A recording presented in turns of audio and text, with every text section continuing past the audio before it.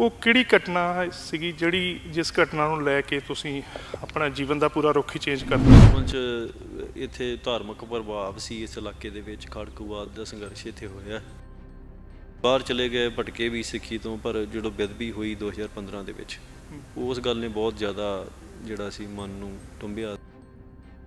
ਕੀ ਰੋਜ਼ਮਰਾ ਦਾ ਰੁਟੀਨ ਕੀ ਆ ਤੁਹਾਡਾ? ਸਵੇਰ ਤੋਂ ਸ਼ਾਮ ਤੱਕ ਸਾਡਾ ਲੋਕਾਂ ਦੇ ਨਾਲ, ਸੰਗਤਾਂ ਦੇ ਨਾਲ ਮੁਲਾਕਾਤ 'ਚ ਹੀ ਲੰਘਦਾ ਸਮਾਂ। ਵਿਆਹ ਕਰਾਇਆ ਕਿ ਜਾਂ ਹਲੇ ਕਰਾਉਣਾ? ਤਾਂ ਹੋਇਆ ਪਤਾ ਲੱਗ ਜੂ ਸਾਰਿਆਂ ਨੂੰ। ਜਿਹੜੀ ਸਿੱਖ ਫਲਸਫੇ ਦੀ ਸ਼ਹਾਦਤ ਦਾ ਜਿਹੜਾ ਫਲਸਫਾ ਆ, ਉਸ ਦਾਇਰੇ ਦੇ ਵਿੱਚ ਦੀਪ ਸਿੱਧੂ ਹੁਣੀ ਕਿਵੇਂ ਫਿੱਟ ਹੁੰਦੇ ਨੇ? ਇਹ ਦੇਖੋ, ਸ਼ਹੀਦ ਦੇ ਉੱਤੇ ਇੱਦਾਂ ਦੀ ਕੋਈ ਲਿਮਿਟੇਸ਼ਨ ਨਹੀਂ ਹੈਗੀ। ਸ਼ਹੀਦ ਭਾਈ ਦਿਲਾਵਰ ਸਿੰਘ ਵੀ ਸਾਡੇ ਸ਼ਹੀਦ। ਰਾਜ ਹਾਸਲ ਕਰਨ ਲਈ ਇਕੱਲਾ ਅੰਮ੍ਰਿਤਧਾਰੀ ਹੋਣਾ ਜ਼ਰੂਰੀ ਆ? ਅਸੀਂ ਐਡਵੋਕੇਸੀ ਕਰਨਾ ਚਾਹੁੰਦੇ ਆਪਣੇ ਰਾਜ ਭਾਗ ਦੀ। ਜੇ ਡਾਇਲੌਗ ਤੇ ਪਾਬੰਦੀ ਲੱਗ ਜਾਵੇ, ਡਿਸਕਸ਼ਨ ਤੇ ਪਾਬੰਦੀ ਲੱਗ ਜਾਵੇ, ਤੇ ਫਿਰ ਕੌਮਾਂ ਦੇ ਕੋਲ ਕੋਈ ਰਾਹ ਨਹੀਂ ਬਚਦਾ। ਖਾੜਕੂਵਾਦ ਦੇ ਸੰਘਰਸ਼ ਦਾ ਫੇਲੀਅਰ ਇਹ ਨਹੀਂ ਸੀ ਵੀ ਲੋਕਾਂ ਨਹੀਂ ਸੀ ਚਾਹੁੰਦੇ। ਸੰਘਰਸ਼ ਦਾ ਫੇਲੀਅਰ ਨਹੀਂ ਕਿਹਾ ਜਾ ਸਕਦਾ ਇਹਨੂੰ ਸਟੇਟ ਦਾ ਫੇਲੀਅਰ ਕਿਹਾ ਜਾ ਸਕਦਾ। ਮੇਰਾ ਤਾਂ ਰੋਡ ਮੈਪ ਇਹ ਹੈ ਵੀ ਅਸੀਂ ਆਜ਼ਾਦ ਰਾਜ ਦੀ ਪ੍ਰਾਪਤੀ ਕਰਨੀ। ਉਹਨਾਂ ਸਿੱਖਾਂ ਨੂੰ ਸਵਾਲ ਕਰ ਰਹੇ ਜਿਹੜੇ ਰਾਹ ਤੇ ਤੁਰ ਰਹੇ ਨੇ, ਉਹਨਾਂ ਦਾ ਕੀ ਰੋਡ ਮੈਪ ਹੈ? ਸਿੱਖ ਹੋਣ ਦੇ ਨਾਤੇ ਤਾਂ ਪੁੱਛਿਆ ਜਾ ਸਕਦਾ। ਸਿੱਖ ਹੋਣ ਦੇ ਨਾਤੇ ਉਹ ਪੁੱਛਣ ਦਾ ਹੱਕਦਾਰ ਹੈ ਬੰਦਾ ਜਿਹਨੇ ਇਸ ਰਾਹ ਤੇ ਤੁਰਨਾ ਹੈ। ਇਸ ਦੀ ਪ੍ਰਾਪਤੀ ਲਈ ਅਲਟੀਮੇਟਲੀ ਸੋਚ ਇੱਕ ਹੋਣੀ ਜਿਹੜੀ ਆ ਉਹ ਬਹੁਤ ਜ਼ਰੂਰੀ ਹੈ। ਖੁਸ਼ਵੰਤ ਸਿੰਘ ਵੀ ਲਿਖਦਾ ਹੈ, ਸਟੇਟ ਦਾ ਪ੍ਰੋ ਸਟੇਟ ਰਾਈਟਰ ਹੈ, ਔਰ ਇੱਕ ਸਮੇਂ ਉਹ ਲਿਖਦਾ ਵੀ 89 'ਚ ਜੇ ਕਿਤੇ ਸਰਕਾਰ ਸਰਵੇ ਕਰਾਵੇ ਤੇ ਸਾਰੇ ਹੀ ਖਾਲਿਸਤਾਨ ਚਾਹੁੰਦਾ ਹੀ ਆ। ਕੋਈ ਬੰਦਾ ਨਹੀਂ ਚਾਹੁੰਦਾ ਵੀ ਖਾਲਿਸਤਾਨ ਨਾ। ਪਰ ਅੱਜ ਵੀ ਸਿੱਖਾਂ ਦੇ ਅੰਦਰ ਜੇ ਆਪਸ਼ਨ ਆ ਜੇ ਵੀ ਅਸੀਂ ਚਾਹੁੰਦੇ ਕਿ ਨਹੀਂ ਚਾਹੁੰਦੇ, ਫਿਰ ਤੇ ਉਹ ਹੀ ਚਾਹੁੰਦੇ ਹੀ ਆ ਸਾਰੇ ਤਕਰੀਬਨ। ਰਣਜੀਤ ਕੁੱਕੀ ਗਿੱਲ ਉਹ ਕਹਿੰਦੇ ਕਿ ਕੀ ਲੋੜ ਕੀ ਹੈ ਇਸ ਲਈ ਖਾਲਸਾ ਰਾਜ ਦੀ? ਵੀ ਜੇ ਸਿੱਖ ਗੁਲਾਮ ਨਹੀਂ ਸੀ, ਤੁਹਾਨੂੰ ਹਥਿਆਰ ਕਿਉਂ ਚੁੱਕਣੇ ਪੈ ਗਏ? ਤੁਹਾਨੂੰ ਕੀ ਲੱਗਦਾ ਵੀ ਕੈਪਟਨ ਅਮਰਿੰਦਰ ਸਿੰਘ ਨੇ ਖਾਲਿਸਤਾਨ ਦੀ ਸਹੁੰ ਨਹੀਂ ਸੀ ਖਾਧੀ? ਅੱਜ ਉਹ ਬੰਦੇ, ਤੁਹਾਨੂੰ ਕੀ ਲੱਗਦਾ ਵੀ ਕਿਸੇ ਤਰੀਕੇ ਨਾਲ ਪ੍ਰੋ ਸਟੇਟ ਨਹੀਂ ਹੈਗੇ? ਬਾਦਲ ਪ੍ਰੋ ਸਟੇਟ ਨਹੀਂ। ਇੱਕ ਮੌਕੇ ਕੈਪਟਨ ਅਮਰਿੰਦਰ ਸਿੰਘ ਦੇ ਪੁਰਖਿਆਂ ਨੇ ਖਾਲਿਸਤਾਨ ਦੀ ਮੰਗ ਕੀਤੀ ਸੀ। ਗਿਆਨੀ ਜੈਲ ਸਿੰਘ ਇਹ ਕਹਿੰਦਾ ਵੀ ਰਾਸ਼ਟਰਪਤੀ ਸਭ ਤੋਂ ਉੱਚੀ ਪੋਜੀਸ਼ਨ ਹੈ ਉਹਦੀ, ਔਰ ਉਹ ਰਾਸ਼ਟਰਪਤੀ ਦੀ ਸਭ ਤੋਂ ਉੱਚੀ ਪੋਜੀਸ਼ਨ ਹੋਣ ਦੇ ਬਾਵਜੂਦ ਉਹ ਮੰਨਦਾ, ਐਡਮਿਟ ਕਰਦਾ ਵੀ ਮੈਨੂੰ ਇੰਦਰਾ ਨੇ ਪੁੱਛਿਆ ਨਹੀਂ। ਸਿੱਖਾਂ ਦੇ ਪ੍ਰਧਾਨ ਮੰਤਰੀ ਦੇ ਕੋਲੋਂ ਸਿੱਖ ਜੈਨੋਸਾਈਡ ਦੀ ਮਾਫੀ ਮੰਗਾਈ ਜਾਂਦੀ ਹੈ। ਸਿੱਖ ਨੌਜਵਾਨ ਜਿਹੜੇ ਆ ਬਹੁਤ ਜ਼ਿਆਦਾ ਸ਼ਹੀਦ ਹੋਏ ਨੇ, ਘਰਾਂ ਦੇ ਘਰ ਖਾਲੀ ਹੋ ਗਏ। ਬਿਲਕੁਲ। ਤੇ ਪ੍ਰਾਪਤੀ ਕੁਝ ਵੀ ਨਹੀਂ ਹੋਈ। ਤੇ ਇਹਦਾ ਦੋਸ਼ ਕਿਹਨੂੰ ਦੇਣਾ ਚਾਹੀਦਾ? ਅੰਮ੍ਰਿਤਸਰ ਐਲਾਨਨਾਮਾ ਤੇ ਅਨੰਦਪੁਰ ਸਾਹਿਬ ਦਾ ਮਤਾ ਜਿਹੜਾ ਉਹ ਅੱਜ ਕਿੱਥੇ ਖੜਾ ਆ? ਉਹਦਾ ਐਂਡ ਪੁਆਇੰਟ ਇਹ ਸੀ ਵੀ ਇਹ ਤੋਂ ਅੱਗੇ ਕੋਈ ਸਮਝੌਤੇ। RSS ਦੇ ਮੁਖੀ ਦਾ ਹੁਣੇ ਬਿਆਨ ਆ ਕੇ ਹਟਿਆ ਕਿ ਜਿਹੜੇ ਹਿੰਦੁਸਤਾਨ 'ਚ ਜਿਹੜੇ ਰਹਿ ਰਹੇ ਨੇ ਉਹ ਸਾਰੇ ਹਿੰਦੂ ਨੇ। ਉਸ ਬਿਆਨ ਦੇ ਉੱਤੇ ਕਿਸੇ ਦਾ ਬਿਆਨ ਆਉਂਦਾ ਅੱਗੇ? SGPC ਵਾਲਾ ਵੀ ਕੋਈ ਇਦਾਂ ਦਾ ਵਿਚਾਰ ਹੈ ਕਿ ਅੰਮ੍ਰਿਤਪਾਲ ਸਿੰਘ ਖਾਲਸਾ SGPC? ਪਰ ਮੈਂ ਨਹੀਂ ਆਉਣਾ, ਮੇਰਾ ਕੋਈ ਅਹੁਦਾ ਨਹੀਂ ਹੋ ਸਕਦਾ SGPC ਦੇ ਕਿਸੇ ਵੀ ਅਦਾਰੇ ਦੇ ਵਿੱਚ। ਕਿ ਆਉਣ ਵਾਲੇ ਸਮੇਂ ਦੇ ਵਿੱਚ ਅਕਾਲੀ ਦਲ ਸਿੱਖਾਂ ਦੀ ਰਹਿਨੁਮਾਈ ਕਰੇਗਾ? ਆਪਾਂ ਨੂੰ ਬਾਦਲ ਨਾਲ ਜੋੜ ਕੇ ਨਹੀਂ ਦੇਖਣਾ ਚਾਹੀਦਾ। ਅਕਾਲੀ ਦਲ ਦੇ ਨਾਂ ਤੇ ਧਿਰ ਬਣ ਜਾਣਾ ਸੌਖਾ ਹੈ, ਅਕਾਲੀ ਰਾਜਨੀਤੀ ਕਰਨੀ ਔਖੀ। ਪਿਛਲੇ ਕਾਫੀ ਸਮੇਂ ਤੋਂ ਵਿਵਾਦਾਂ ਦੇ ਵਿੱਚ ਚੱਲ ਰਹੇ ਭਾਈ ਅੰਮ੍ਰਿਤਪਾਲ ਸਿੰਘ ਖਾਲਸਾ ਸਾਡੇ ਨਾਲ ਨੇ, ਜਿਨ੍ਹਾਂ ਨਾਲ ਪਹਿਲੀ ਵਾਰੀ babushahi.com ਤੇ ਜਿਹੜੇ ਉਹ ਸਾਡੇ ਨਾਲ ਗੱਲਬਾਤ ਕਰਨ ਜਾ ਰਹੇ ਨੇ। ਤਮਾਮ ਮੁੱਦੇ ਨੇ ਉਹਨਾਂ ਦੇ ਬਚਪਨ ਤੋਂ ਲੈ ਕੇ ਹੁਣ ਤੱਕ ਦੇ ਜੀਵਨ ਨਾਲ ਸੰਬੰਧਿਤ ਉਹ ਵੀ ਮੁੱਦੇ, ਉਹਨਾਂ ਮੁੱਦਿਆਂ 'ਤੇ ਵੀ ਗੱਲ ਕਰਾਂਗੇ ਜਿਹੜੇ ਮੁੱਦੇ ਇਹ ਲਗਾਤਾਰ ਉਠਾ ਰਹੇ ਨੇ। ਭਾਈ ਸਾਹਿਬ, ਮੇਰਾ ਸਭ ਤੋਂ ਪਹਿਲਾ ਸਵਾਲ ਇਹ ਆ ਕਿ ਤੁਹਾਡਾ ਬਚਪਨ ਕਿਵੇਂ ਤੇ ਕਿੱਥੇ ਬੀਤਿਆ? ਵਾਹਿਗੁਰੂ ਜੀ ਕਾ ਖਾਲਸਾ, ਵਾਹਿਗੁਰੂ ਜੀ ਕੀ ਫਤਿਹ। ਦੇਖੋ, ਮੇਰਾ ਬਚਪਨ ਇਸੇ ਪਿੰਡ 'ਚ ਜਿੱਥੇ ਆਪਾਂ ਖੜ੍ਹੇ ਹਾਂ ਅੱਜ, ਜੱਲੂਪੁਰ ਖੈੜੇ, ਇਸੇ ਪਿੰਡ 'ਚ ਬੀਤਿਆ। ਜਨਮ ਵੀ ਇੱਥੇ ਹੋਇਆ ਤੇ ਜ਼ਿਆਦਾ ਸਮਾਂ ਮੈਂ ਇਸੇ ਪਿੰਡ 'ਚ ਬਤੀਤ ਕੀਤਾ। ਓਕੇ, ਉਹ ਕਿਹੜੀ ਘਟਨਾ ਸੀਗੀ ਜਿਹੜੀ ਜਿਸ ਘਟਨਾ ਨੂੰ ਲੈ ਕੇ ਤੁਸੀਂ ਆਪਣਾ ਜੀਵਨ ਦਾ ਪੂਰਾ ਰੁੱਖ ਹੀ ਚੇਂਜ ਕਰ ਦਿੱਤਾ? ਕੋਈ ਮੇਰੇ ਖਿਆਲ ਦੇ ਨਾਲ ਬਚਪਨ 'ਚ ਇੱਥੇ ਧਾਰਮਿਕ ਪ੍ਰਭਾਵ ਸੀ ਇਸ ਇਲਾਕੇ ਦੇ ਵਿੱਚ। ਖਾੜਕੂਵਾਦ ਦਾ ਸੰਘਰਸ਼ ਇੱਥੇ ਹੋਇਆ ਤੇ ਅਸੀਂ ਸੁਣਦੇ ਰਹੇ, ਸਾਰਾ ਕੁਝ ਮਹਿਸੂਸ ਕੀਤਾ ਇਸ ਧਰਤੀ ਦੇ ਵਿੱਚ। ਜਦੋਂ ਜਿੱਥੇ ਲਹੂ ਡੁੱਲਾ ਹੁੰਦਾ ਉੱਥੇ ਬਹੁਤ ਇੱਕ ਵੱਖਰਾ ਕਿਸਮ ਦਾ ਮਾਹੌਲ ਹੁੰਦਾ। ਫਿਰ ਜਦੋਂ ਬਾਹਰ ਚਲੇ ਗਏ, ਭਟਕੇ ਵੀ ਸਿੱਖੀ ਤੋਂ, ਪਰ ਜਦੋਂ ਬੇਅਦਬੀ ਹੋਈ 2015 ਦੇ ਵਿੱਚ, ਉਸ ਗੱਲ ਨੇ ਬਹੁਤ ਜ਼ਿਆਦਾ ਜਿਹੜਾ ਸੀ ਮਨ ਨੂੰ ਟੁੰਬਿਆ। ਤੇ ਮੇਰੇ ਖਿਆਲ ਦੇ ਨਾਲ ਜਿਹੜਾ ਮੁੜਨ ਦਾ, ਪਹਿਲਾਂ ਵੀ ਧਰਮ ਵੱਲ ਇਹ ਰੁਚੀ ਸੀ, ਉਸ ਤੋਂ ਪਹਿਲਾਂ ਹੀ ਧਾਰਮਿਕ ਵਿਚਾਰ ਜਿਹੜੇ ਪ੍ਰਗਟ ਕਰਨੇ, ਸੁਣਨੇ ਸ਼ੁਰੂ ਕੀਤੇ ਸੀ ਲੋਕਾਂ ਦੇ। ਪਰ ਇਸ ਘਟਨਾ ਤੋਂ ਬਾਅਦ ਜਿਹੜਾ ਇੱਕ ਲਕੀਰ ਖਿੱਚਣ ਵਾਲਾ ਜਿਹੜਾ ਮੈਂ ਕਹਾਂ ਵੀ ਸਮਾਂ ਸੀ, ਉਹ ਇਹ ਘਟਨਾ ਬਣੀ। ਤੁਹਾਡਾ ਰੋਜ਼ਮਰਾ ਦਾ ਕੀ ਰੂਟੀਨ ਕੀ ਆ? ਸਾਰੇ ਜਾਣਨਾ ਚਾਹੁੰਦੇ ਨੇ ਕਿ ਭਾਈ ਸਾਹਿਬ ਕਿਵੇਂ ਸਰੀਰ ਫਿੱਟ ਰੱਖਿਆ ਆ, ਕਿਵੇਂ ਕਸਰਤ ਕਰਦੇ ਨੇ, ਕੀ ਰੋਜ਼ਮਰਾ ਦਾ ਰੂਟੀਨ ਕੀ ਆ ਤੁਹਾਡਾ? ਦੇਖੋ, ਸਮਾਂ ਹਾਲ ਦੀ ਘੜੀ ਤੇ ਕਸਰਤ ਦਾ ਨਹੀਂ ਮਿਲ ਰਿਹਾ, ਐਵੇਂ ਕਹੀ ਜਾਈਏ ਬਿਨਾਂ ਗੱਲ ਤੋਂ ਦੱਸਣ ਨੂੰ ਲੋਕਾਂ ਨੂੰ। ਪਰ ਜਿਹੜਾ ਅਸੀਂ ਸਵੇਰ ਤੋਂ ਸ਼ਾਮ ਤੱਕ ਸਾਡਾ ਲੋਕਾਂ ਦੇ ਨਾਲ, ਸੰਗਤਾਂ ਦੇ ਨਾਲ ਮੁਲਾਕਾਤ 'ਚ ਹੀ ਲੰਘਦਾ ਸਮਾਂ। ਜਦੋਂ ਪਿੰਡ ਹੋਈਦਾ, ਜਦੋਂ ਪਿੰਡ ਤੋਂ ਬਾਹਰ ਹੋਈਏ ਫਿਰ ਸਮਾਗਮ 'ਤੇ ਜਿੱਥੇ ਵੀ ਜਾ ਰਹੇ ਹਾਂ, ਵਹੀਰ 'ਤੇ ਸੀ ਤੇ ਵਹੀਰ 'ਚ ਹੀ ਰਹੇ ਹਾਂ। ਫਿਰ ਪਿੰਡ ਨਹੀਂ ਆਏ ਮਹੀਨਾ ਸਵਾ ਮਹੀਨਾ, ਹੁਣ ਫਿਰ ਵਹੀਰ ਸ਼ੁਰੂ ਹੋਣੀ ਹੈ। ਸੋ ਰੋਜ਼ ਦਾ ਇਹੋ ਹੀ ਆ ਵੀ ਇੱਥੇ ਲੋਕ ਨਸ਼ੇ ਛੱਡਣ ਆਏ ਨੌਜਵਾਨ ਨੇ, ਉਹਨਾਂ ਦੇ ਨਾਲ ਸਮਾਂ ਬਤੀਤ ਕਰਨਾ ਪੈਂਦਾ। ਫਿਰ ਉਹ ਲੋਕ ਕੁਛ ਆਪਣੀ ਮੁਸ਼ਕਿਲਾਂ ਲੈ ਕੇ ਆਉਂਦੇ ਨੇ, ਜਿੰਨੀ ਮਹਾਰਾਜ ਨੇ ਸਮਰੱਥਾ ਬਖਸ਼ੀ ਉਹਦੇ 'ਤੇ ਗੱਲਬਾਤ ਉਹਨਾਂ ਨਾਲ ਕਰ ਲਈਦੀ ਹੈ। ਇਹੋ ਹੀ ਸਮਾਂ ਹੈ। ਵਿਆਹ ਕਰਾਇਆ ਕਿ ਜਾਂ ਹਲੇ ਕਰਾਉਣਾ, ਜਾਂ ਗ੍ਰਸਤੀ ਜੀਵਨ ਬਾਰੇ ਕੀ? ਨਹੀਂ, ਅਜੇ ਵਿਆਹ ਨਹੀਂ ਹੋਇਆ, ਜਦੋਂ ਹੋਇਆ ਪਤਾ ਲੱਗ ਜੂ ਸਾਰਿਆਂ ਨੂੰ। ਕੋਈ ਗ੍ਰਸਤੀ ਹੋਣਾ ਚਾਹੀਦਾ ਹਰ ਸਿੱਖ ਨੂੰ, ਇਹਦੇ 'ਚ ਤੇ ਮਹਾਰਾਜ ਦਾ ਹੁਕਮ ਹੀ ਹੈ।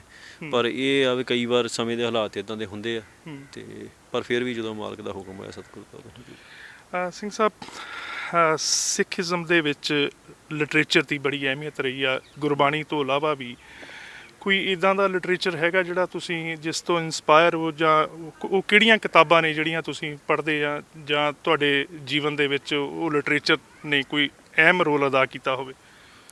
ਦੇਖੋ, ਵੈਸੇ ਮੈਂ ਤਜਰਬੇ ਨੂੰ ਜ਼ਿਆਦਾ ਵੱਡਾ ਮੰਨਦਾ। ਮਤਲਬ ਜਿਹੜਾ ਪੀੜ੍ਹੀ ਦਰ ਪੀੜ੍ਹੀ ਸੀਨੇ ਬਸੀਨੇ ਜਿਹੜਾ ਇਤਿਹਾਸ ਹੈ, ਉਹਨੂੰ ਉਹ ਸਾਡੇ ਪੁਰਖਿਆਂ ਦਾ ਤਜਰਬਾ ਜਿਹੜਾ ਅੱਗੇ ਅੱਗੇ ਤੁਰਿਆ ਆਉਂਦਾ। ਲਿਟਰੇਚਰ ਦੇ ਵਿੱਚ ਵੀ ਬਹੁਤ ਪ੍ਰੋਫੈਸਰ ਪੂਰਨ ਸਿੰਘ ਹੋ ਗਏ, ਭਾਈ ਵੀਰ ਸਿੰਘ ਹੋ ਗਏ। ਮੈਨੂੰ ਬਹੁਤਾ ਪੜ੍ਹਨ ਦਾ ਸ਼ੌਂਕ ਨਹੀਂ, ਐਵੇਂ ਜਿੱਦਾਂ ਕਈ ਬੰਦੇ ਹੁੰਦੇ ਨਾ ਆਪਣੀ ਵਡਿਆਈ ਕਰਨ ਨੂੰ ਕਹਿ ਦਿੰਦੇ ਨੇ, ਪਰ ਮੇਰੀ ਆਦਤ ਹੈ ਜਿਹੜਾ ਸਾਹਮਣੇ ਗੱਲ ਉਹੀ ਕੀਤੀ ਜਾਵੇ ਜਿਹੜੀ ਹੈਗੀ ਹੈ। ਮੈਨੂੰ ਕੋਈ ਬਹੁਤਾ ਪੜ੍ਹਨ ਦਾ ਸ਼ੌਕ ਨਹੀਂ, ਪਰ ਫਿਰ ਵੀ ਜੇ ਪ੍ਰੋਫੈਸਰ ਪੂਰਨ ਸਿੰਘ ਅਤੇ ਭਾਈ ਵੀਰ ਸਿੰਘ ਇਹਨਾਂ ਨੂੰ ਥੋੜ੍ਹਾ ਬਹੁਤ ਪੜ੍ਹਿਆ, ਅਤੇ ਇਹ ਮਹਾਰਾਜ ਸੱਚੇ ਪਾਤਸ਼ਾਹ ਦੇ ਪ੍ਰਤੀ ਜਿਹੜਾ ਨਜ਼ਰੀਆ ਹੈ ਸਿੱਖ ਦਾ, ਉਹ ਬਦਲਣ 'ਚ ਬਹੁਤ ਸਹਾਈ ਹੁੰਦੇ ਨੇ। ਇੱਕ ਲੈਫਟ ਲਿਟਰੇਚਰ ਦਾ ਵੀ ਇੱਕ ਬਹੁਤ ਵੱਡਾ ਰੋਲ ਆ। ਪੰਜਾਬ ਦੇ ਵਿੱਚ ਵੀ ਬਹੁਤ ਲੈਫਟ ਜਿਹੜਾ ਲਿਟਰੇਚਰ ਲਿਖਿਆ ਗਿਆ, ਔਰ ਦੁਨੀਆ ਦੇ ਵਿੱਚ ਵੀ ਇੱਕ ਥਾਂ ਆ ਲੈਫਟ ਦੀ। ਉਹਨੂੰ ਤੁਸੀਂ ਉਸ ਲਿਟਰੇਚਰ ਨੂੰ ਜਾਂ ਲੈਫਟ ਦੇ ਨਜ਼ਰੀਏ ਨੂੰ ਕਿਵੇਂ ਦੇਖ ਰਹੇ ਹੋ? ਦੇਖੋ, ਪੰਜਾਬ ਦਾ ਲੈਫਟ ਅਤੇ ਦੁਨੀਆ ਦਾ ਲੈਫਟ 'ਤੇ ਬਹੁਤ ਫਰਕ ਹੈ। ਦੁਨੀਆ ਭਰ ਦੇ ਵਿੱਚ ਜਦੋਂ ਕ੍ਰਿਸਚੈਨਿਟੀ ਦਾ ਜ਼ੁਲਮ ਬਹੁਤ ਵਧਿਆ, ਧਰਮ ਇੰਨਾ ਕਰਪਟ ਹੋ ਗਿਆ, ਚਰਚ ਕਰਪਟ ਹੋ ਗਿਆ, ਸਟੇਟ ਕਰਪਟ ਹੋ ਗਈ, ਅਤੇ ਲੈਫਟ ਦਾ ਜਨਮ ਉੱਥੇ ਹੋਇਆ ਜਿਹੜਾ ਐਂਟੀ ਰਿਲੀਜੀਅਸ ਆਈਡੀਆ ਸੀ, ਜਿਹਦੇ ਅੰਦਰ ਵੀ ਧਰਮ ਨੂੰ ਪਹਿਲਾਂ ਹੀ ਉਹਨਾਂ ਅਫੀਮ ਕਿਹਾ। ਔਰ ਉੱਥੇ ਸਮੇਂ ਦੀ ਲੋੜ ਮੁਤਾਬਕ ਉਹ ਠੀਕ ਵੀ ਲੱਗਦਾ, ਕਿਉਂਕਿ ਉੱਥੇ ਧਰਮ ਦਾ ਇੱਕ ਰੂਪ ਹੀ ਇੱਦਾਂ ਦਾ ਸੀ ਜਿਹਦੇ 'ਚ ਸੱਚੇ ਧਰਮ ਦੀ ਪੇਸ਼ਕਸ਼ ਹੋ ਹੀ ਨਹੀਂ ਸਕੀ। ਪੰਜਾਬ ਦੇ ਵਿੱਚ ਦੁਨੀਆ ਭਰ ਦੇ ਵਿੱਚ ਲੈਫਟ ਨੇ ਕੀ ਕੀਤਾ ਵੀ ਸਟੇਟ ਜਿਹੜੀ ਸਟੈਬਲਿਸ਼ ਧਿਰ ਹੈ ਉਹਦੇ ਖਿਲਾਫ ਕਿਸੇ ਵੀ ਧਿਰ ਨੇ ਜੰਗ ਲੜੀ, ਲੈਫਟ ਉਹਨਾਂ ਦੇ ਨਾਲ ਖੜਾ ਹੋਇਆ।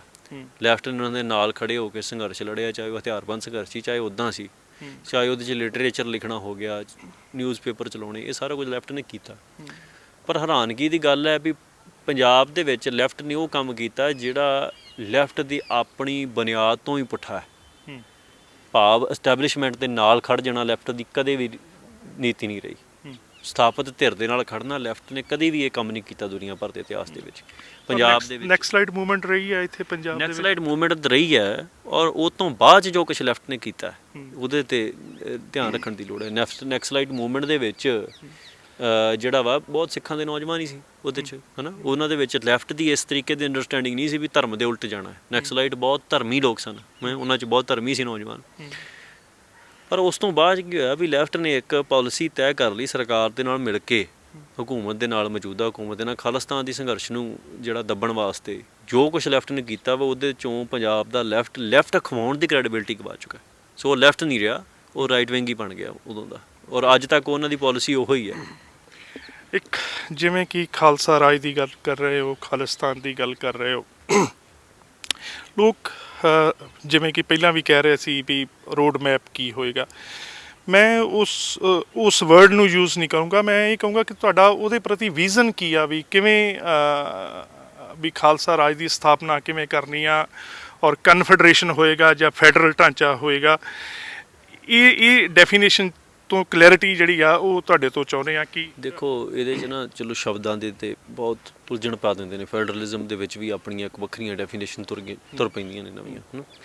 ਅਸੀਂ ਜੇ ਆਪਣੇ ਰਵਾਇਤ ਵੱਲ ਮੁੜੀਏ ਤੇ ਸਾਡਾ ਢਾਂਚਾ ਖਾਲਸੇ ਸਿਧਾਂਤ 'ਤੇ ਹੀ ਟਿਕਿਆ ਹੈ। ਖਾਲਸੇ ਰਾਜ ਨੂੰ ਅਸੀਂ ਮਹਾਰਾਜਾ ਰਣਜੀਤ ਸਿੰਘ ਤੋਂ ਹੀ ਸਿੱਖਣਾ ਹੈ ਵੀ ਕਿਵੇਂ ਰਾਜ ਕਰਨਾ ਹੈ। ਔਰ ਉਸ ਰਾਜ ਤੁਸੀਂ ਮੰਨਦੇ ਕਿ ਮਹਾਰਾਜਾ ਰਣਜੀਤ ਸਿੰਘ ਦਾ ਖਾਲਸਾ ਰਾਜ ਸੀ? ਬਿਲਕੁਲ ਖਾਲਸਾ ਰਾਜ ਸੀ, ਖਾਲਸੇ ਦੇ ਅਧੀਨ ਚੱਲਿਆ ਹੈ, ਖਾਲਸੇ ਦੀ ਸੁਪਰੀਮੇਸੀ ਕਾਇਮ ਰਹੀ ਹੈ, ਉਹਨੇ ਦਰਬਾਰ ਸਾਹਿਬ ਦੀ ਅਧੀਨਗੀ ਕਬੂਲੀ ਹੈ ਹਰ ਥਾਂ ਦੇ ਉੱਤੇ। ਉਹਨੂੰ ਜੇ ਤਨਖਾਹ ਲੱਗੀ ਹੈ ਤਾਂ ਉੱਥੇ ਜਾ ਪੇਸ਼ ਹੋਇਆ। ਅਕਾਲੀ ਫੂਲਾ ਸਿੰਘ ਦੇ ਅੱਗੇ ਉਹਨੇ ਕਦੇ ਹੁਕਮ ਅਦੂਲੀ ਨਹੀਂ ਕੀਤੀ, ਉਹਨਾਂ ਦੇ ਹੁਕਮ 'ਚ ਰਿਹਾ ਜਿੰਨਾ ਚਿਰ ਰਿਹਾ। ਸੋ ਇਹ ਖਾਲਸੇ ਰਾਜ ਦੇ ਵਿੱਚ ਸਭ ਤੋਂ ਵੱਡਾ ਧਰਮ ਹੈ, ਉਸ ਤੋਂ ਥੱਲੇ ਸਾਰਾ ਕੁਝ ਹੈ, ਰਾਜਨੀਤੀ ਉਹ ਤੋਂ ਥੱਲੇ ਹੈ। ਇਹ ਸਿੱਖੀ ਦਾ ਸਿਧਾਂਤ ਹੈ। ਔਰ ਖਾਲਸਾ ਰਾਜ ਹੀ ਸੀ ਜਿਹੜਾ ਸਰਕਾਰੇ ਖਾਲਸਾ ਹੀ ਕਿਹਾ ਜਾਂਦਾ ਸੀ ਰਾਜ ਨੂੰ। ਤੇ ਇਹ ਕਹਿ ਦੇਣਾ ਵੀ ਉਹ ਖਾਲਸਾ ਰਾਜ ਨਹੀਂ ਸੀ, ਇਹ ਮੈਨੂੰ ਲੱਗਦਾ ਵੀ ਬਹੁਤ ਬੰਦੇ ਨਾ ਅੱਜ ਦੇ ਸਮੇਂ 'ਚ ਖਾਲਸੇ ਰਾਜ ਨੂੰ ਐ ਸਮਝਦੇ ਆ ਵੀ ਜਿਹੜਾ ਕੇਵਲ ਸਿੱਖਾਂ ਦਾ ਰਾਜ ਹੋਵੇ। ਇੱਦਾਂ ਦੀ ਗੱਲ ਨਹੀਂ, ਰਾਜ ਸਿੱਖਾਂ ਨੇ ਕਰਨਾ, ਪਰ ਰਾਜ ਨੂੰ ਮੰਨਣ ਵਾਲੇ ਲੋਕ ਸਾਰੇ ਹੀ ਹੁੰਦੇ ਨੇ, ਅਹੁਦੇ ਮੰਨਣ ਵਾਲੇ ਲੋਕ ਵੀ ਸਾਰੇ ਹੁੰਦੇ ਨੇ। ਸੋ ਸਿੱਖੀ ਦੇ ਵਿੱਚ ਨਾ ਇੱਕ ਗੁਣ ਹੈ ਜਿਹੜਾ ਕਿਸੇ ਧਰਮ 'ਚ ਨਹੀਂ ਦੁਨੀਆ ਦੇ। ਇਹ ਬਲੰਟਲੀ ਕਹਿਣਾ ਚਾਹੀਦਾ, ਨਾ ਧਰਮ 'ਚ ਨਾ ਕਿਸੇ ਵਿਚਾਰਧਾਰਾ 'ਚ। ਜਦੋਂ ਧਰਮਾਂ ਨੂੰ ਤੇ ਬਹੁਤ ਈਵਲ ਬਣਾ ਦਿੱਤਾ ਲੈਫਟ ਨੇ, ਪਰ ਲੈਫਟ ਵੀ ਤੇ ਇੱਕ ਧਰਮ ਹੈ ਨਾ। ਮਾਰਕਸਿਸਟ ਦਾ ਆਈਡੀਆ ਵੀ ਇੱਕ ਰਿਲੀਜੀਅਸ ਆਈਡੀਓਲੋਜੀ ਬਣ ਗਈ। ਜਦੋਂ ਤੁਸੀਂ ਇੱਕ ਗਰੁੱਪ ਬਣ ਗਿਆ, ਉਹਨਾਂ ਨੇ ਬਲਾਈਂਡਲੀ ਉੱਤੇ ਟਰਸਟ ਕਰਨਾ ਸ਼ੁਰੂ ਕਰਤਾ। ਕਿਸੇ ਦੇ ਵਿੱਚ ਕਿਸੇ ਨੂੰ ਐਕਸੈਪਟ ਕਰਨ ਦੀ ਭਾਵਨਾ ਨਹੀਂ ਹੈਗੀ। ਹਰ ਲੈਫਟ ਵਾਲੇ ਕਹਿੰਦੇ ਨੇ ਵੀ ਧਰਮ ਅਫੀਮ ਹੈ, ਭਾਵ ਜਿੱਥੇ ਆਉਣਗੇ ਧਰਮ ਦਾ ਨਾਸ਼ ਕਰਨਗੇ, ਭਾਵੇਂ ਧਰਮ ਚੰਗਾ ਮਾੜਾ ਉਹਦੇ ਬਾਅਦ ਦਾ ਵਿਸ਼ਾ ਹੈ। ਜਿਵੇਂ ਇਸਲਾਮ ਦੀ ਧਾਰਨਾ ਹੈ ਵੀ ਦੂਜੇ ਮਨੁੱਖ ਕਾਫਰ ਹੁੰਦੇ ਨੇ, ਇੱਕ ਮੋਮਨ ਹੈ, ਇੱਕ ਕਾਫਰ ਦਾ ਸਿਧਾਂਤ ਹੈ। ਕਾਫਰ ਦੇ ਨਾਲ ਵਿਤਕਰਾ ਹੋਣਾ ਲਾਜ਼ਮ ਹੈ ਜਦੋਂ ਸਟੇਟ ਸਟੈਬਲਿਸ਼ ਹੋ ਗਈ। ਉਹਦੇ ਕੋਲੋਂ ਜਜੀਆ ਲੈਣਾ, ਕਿਸੇ ਕੋਲ ਜ਼ਕਾਤ ਲੈਣੀ, ਉਹ ਤਾਂ ਵੱਖਰਾ ਮਸਲਾ ਹੈ। ਕ੍ਰਿਸਚੈਨਿਟੀ ਨੇ ਤਾਂ ਹੱਦਾਂ ਹੀ ਟੱਪ ਦਿੱਤੀਆਂ ਜਦੋਂ ਉਹਨਾਂ ਨੇ ਨੌਨ ਕ੍ਰਿਸਚਨਾਂ ਨਾਲ, ਪੇਗਨਸ ਨਾਲ ਡੀਲ ਕੀਤਾ, ਜਾਂ ਹੋਰ ਲੋਕਾਂ ਨਾਲ ਉਹਨਾਂ ਨੇ ਕਿਵੇਂ ਵਰਤੇ। ਉਹ ਓਰੀਜਨਲਸ ਨਾਲ, ਅਮਰੀਕਾ ਦੇ ਮੂਲ ਨਿਵਾਸੀਆਂ ਨਾਲ, ਆਸਟ੍ਰੇਲੀਆ ਦੇ ਨਾਲ, ਉਹ ਆਪਾਂ ਨੂੰ ਪਤਾ ਹੈ ਦੁਨੀਆ ਭਰ 'ਚ ਜਿੱਥੇ ਜਿੱਥੇ ਗਏ। ਸਿੱਖੀ ਦਾ ਇੱਕ ਸਿਧਾਂਤ ਹੈ, ਔਰ ਦੂਜਿਆਂ ਨੇ ਜਿਹੜਾ ਆਪਣਾ ਸਨਾਤਨ ਹੈ ਜਾਂ ਹਿੰਦੂ ਹੈ, ਇਹਨਾਂ ਤੇ ਮੰਨਿਆ ਨਹੀਂ ਕਿਸੇ ਨੂੰ। ਉਹਨਾਂ ਤੇ ਮੰਨ ਕੇ ਵਖਰੇਵਾਂ ਕੀਤਾ। ਇਹ ਤਾਂ ਕਹਿੰਦੇ ਵੀ ਸਾਡੇ ਸਾਰੇ ਸਾਡੇ 'ਚੋਂ ਨਿਕਲੇ, ਕੋਈ ਮੰਨਦੇ ਨਹੀਂ ਅਸੀਂ ਕਿਸੇ ਨੂੰ ਵੱਖਰਾ। ਸਿੱਖੀ ਦਾ ਇੱਕ ਖੂਬਸੂਰਤ ਸਿਧਾਂਤ ਇਹ ਹੈ ਵੀ ਜਿਹਨੇ ਆਪਣੇ ਤੋਂ ਬਿਲਕੁਲ ਵਿਰੋਧੀ ਧਰਮ ਨੂੰ ਜਾਂ ਵਿਰੋਧੀ ਵਿਚਾਰ ਨੂੰ ਨਾ ਸਿਰਫ ਇਹ ਝੱਲਣਾ, ਤੇ ਟੋਲਰੇਸ਼ਨ ਤੇ ਬਹੁਤ ਛੋਟਾ ਜਿਹਾ ਸ਼ਬਦ ਹੈ ਵੀ ਟੋਲਰੇਟ ਕਰ ਰਹੇ ਹਾਂ। ਜਦੋਂ ਬੰਦਾ ਟੋਲਰੇਟ ਕਰਦਾ, ਜਦੋਂ ਪਾਵਰ ਹੱਥ 'ਚ ਆਉਂਦੀ ਉਹ ਬੰਦ ਕਰ ਦਿੰਦਾ ਟੋਲਰੇਟ ਕਰਨਾ। ਅਸੀਂ ਸਵੀਕਾਰ ਕੀਤਾ ਤੇ ਹੱਸ ਕੇ ਸਵੀਕਾਰ ਕੀਤਾ ਲੋਕਾਂ ਨੂੰ। ਚਾਹੇ ਜਨੇਊ ਨੂੰ ਸੀ, ਉਹ ਕਿਵੇਂ ਸਵੀਕਾਰ, ਆਪਣੀ ਗੱਲ 'ਚ ਨਹੀਂ ਪਵਾ ਲਿਆ।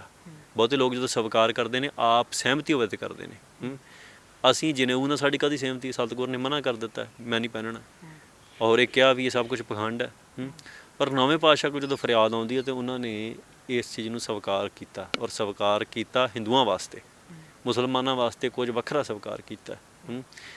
ਇਸੇ ਕਰਕੇ ਜਿਹੜਾ ਸਿੱਖ ਦਾ ਰਾਜ ਹੈ, ਖਾਲਸੇ ਦਾ ਰਾਜ ਹੈ, ਉਹਦੇ ਵਿੱਚ ਉਹੋ ਹੀ ਇੱਕੋ ਇੱਕ ਰਾਜ ਹੈ ਬੇਗਮਪੁਰਾ, ਜਿਸ ਰਾਜ ਦੇ ਵਿੱਚ ਕਿਸੇ ਨਾਲ ਧੱਕੇਸ਼ਾਹੀ ਨਹੀਂ ਹੁੰਦੀ।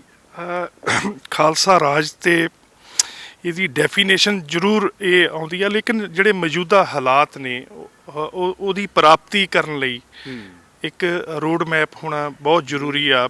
ਲੇਕਿਨ ਉਹ ਉੱਥੇ ਆਣ ਕੇ ਕਨਫਿਊਜ਼ਨ ਆ ਜਾਂਦੀ ਆ ਕਿ ਭਾਈ ਅੰਮ੍ਰਿਤਪਾਲ ਸਿੰਘ ਇਹ ਨਹੀਂ ਦੱਸ ਪਾ ਰਿਹਾ ਕਿ ਹਥਿਆਰਬੰਦ ਮੂਵਮੈਂਟ ਹੋਏਗੀ ਜਾਂ ਡੈਮੋਕ੍ਰੈਟਿਕ ਵੇ ਨਾਲ।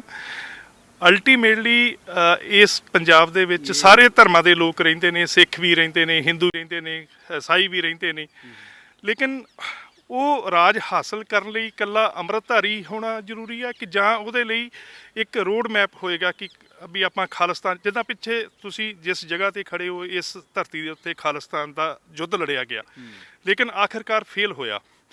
ਪੰਜਾਬ ਦੇ ਲੋਕਾਂ ਨੇ ਹੀ ਫੇਲ ਕਰਨ ਦੀ ਗੱਲ ਕਹੀ, ਉਹਨਾਂ ਨੇ ਸਾਥ ਨਹੀਂ ਦਿੱਤਾ, ਤੇ ਜਿਸ ਕਰਕੇ ਇਹ ਮੂਵਮੈਂਟ ਫੇਲ ਹੋਈ ਆ। ਔਰ ਉਸ ਤੋਂ ਬਾਅਦ ਜਿਹੜੇ ਸਿੰਘ ਸ਼ਹੀਦ ਹੋਏ ਨੇ ਇਸ ਮੂਵਮੈਂਟ ਦੇ ਵਿੱਚ, ਅੱਜ ਉਹਨਾਂ ਦੇ ਪਰਿਵਾਰ ਰੁਲ ਰਹੇ ਨੇ। ਪਰ ਇਸ ਸਾਰੇ ਦੇ ਰੂਪ ਦੇ ਵਿੱਚ ਅੰਮ੍ਰਿਤਪਾਲ ਹੁਣੀ ਕਿਹੜਾ ਰਸਤਾ ਦੇਣਗੇ ਕੌਮ ਲਈ ਵੀ, ਜਿਨ੍ਹਾਂ ਨੂੰ ਸਾਰੀ ਕੌਮ ਪ੍ਰਵਾਨਿਤ ਕਰੇਗੀ? ਦੇਖੋ, ਮੈਨੂੰ ਐਂ ਲੱਗਦਾ ਵੀ ਇਹ ਕੁਐਸਚਨ ਬਹੁਤ ਜਿਹੜਾ ਪੁੱਛਿਆ ਜਾ ਰਿਹਾ ਨਾ, ਹੁਣ ਲੈਫਟ ਨਾ ਫਲਸਤੀਨ ਦੇ ਨਾਲ ਖੜਾ ਹੈ, ਫਲਸਤੀਨ ਦੇ ਨਾਲ ਡਟ ਕੇ ਖੜਾ, ਕਸ਼ਮੀਰ ਦੇ ਸਟਰਗਲ ਨਾਲ ਡਟ ਕੇ ਖੜਾ ਹੈ। ਇੱਕ ਬੰਦੇ ਦੀ ਸਟੇਟਮੈਂਟ ਮੈਨੂੰ ਦਿਖਾ ਦਿਓ ਲੈਫਟ ਦੇ ਵਿੱਚੋਂ ਵੀ ਭਾਈ ਇੱਥੇ ਆਰਮ ਸਟਰਗਲ ਚਾਹੀਦੀ ਹੈ ਕਿ ਦੂਜੀ ਚਾਹੀਦੀ ਹੈ। ਪਿਕ ਐਂਡ ਚੂਜ਼ ਦਾ ਤਾਂ ਮਸਲਾ ਹੀ ਨਹੀਂ ਹੋਇਆ ਕਦੇ ਫਰੀडम ਸਟਰਗਲ ਦਾ। ਨਹੀਂ, ਉੱਥੇ ਕਰ ਰਿਹਾ ਨਾਲ ਸ਼ਾਂਤਮਈ ਵੀ ਚੱਲ ਰਿਹਾ, ਦੁਨੀਆ ਭਰ ਦੇ ਉੱਤੇ ਨੈਰੇਟਿਵ ਵੀ ਚੱਲ ਰਿਹਾ। ਫਲਸਤੀਨ ਦੇ ਬਹੁਤ ਲੋਕ, ਹਲੇ 2 ਦਿਨ ਹੀ ਹੋਏ ਫਲਸਤੀਨ ਦੇ ਉੱਥੇ ਲੋਕ ਮਰੇ ਨੇ। ਮੈਂ ਉਹੀ ਗੱਲ ਕਰ ਰਿਹਾ ਨਾ, ਦੇਖੋ ਉੱਥੇ ਕੁਐਸਚਨ ਨਹੀਂ ਹੁੰਦਾ ਵੀ ਆਰਮ ਸਟਰਗਲ ਵੀ ਚੱਲਦੀ ਹੈ ਤੇ ਹਮਾਇਤ ਕਰਾਂਗੇ ਅਸੀਂ। ਠੀਕ ਹੈ, ਮੈਂ ਗੱਲ ਕਹਿਣਾ ਵੀ ਜਿਹੜੀ ਫਰੀडम ਲਈ ਲੜ ਰਹੀ ਧਿਰ ਹੈ, ਸਟਰਗਲ ਕਰ ਰਹੀ, ਉਹਦੇ ਹੱਥ 'ਚ ਇਹ ਨਹੀਂ ਹੁੰਦਾ ਵੀ ਉਹਨੇ ਕਿਹੜੀ ਸਟਰਗਲ ਕਰਨੀ ਹੈ। ਉਹਨੇ ਸਟਰਗਲ ਕਰਨੀ ਹੈ, ਸਾਡੇ ਹੱਥ 'ਚ ਹੈ। ਸੰਘਰਸ਼ ਕਰਨਾ ਸਾਡੇ ਹੱਥ 'ਚ ਹੈ।